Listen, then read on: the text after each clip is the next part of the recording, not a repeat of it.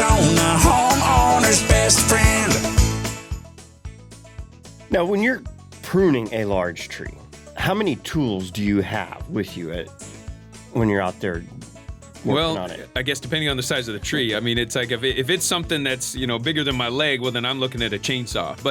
But I'm a weird kind of guy. I kind of like hand pruning a lot of things. I like hand sawing. I consider it part of my workout. It's like I deliberately do not have a gym membership because I can get a lot of good workout just by attending to my own yard or other people's yards. It's like I get a good workout, And so I'll have a hand saw, usually a slightly bowed, almost like a saber saw. Single-handled saber saw. It's about 24 inches long, and that's the majority of the cuts that I'll do will come from that.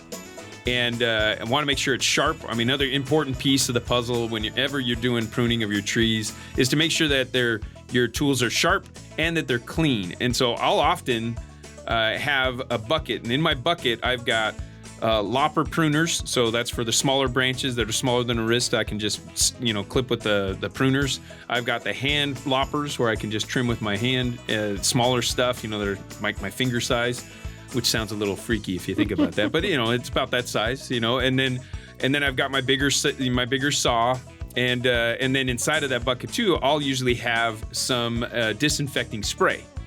And that disinfecting spray I'm going to use between trees. And if I've got a decaying or I've got a branch that I'm cutting off because it's damaged from decay, I'm actually going to be spraying it off between branches.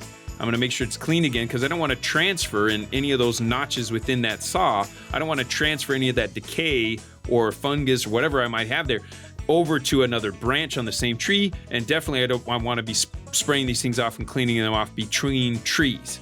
And that's to ensure I'm not, again, bringing any fungal infections or infections over from one tree to the next, because I'm cutting through. I mean, think of yourself as a tree surgeon.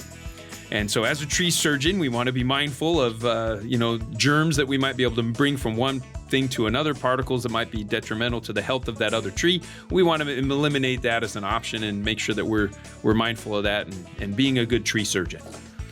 Now, what is this disinfectant that you keep in your spray?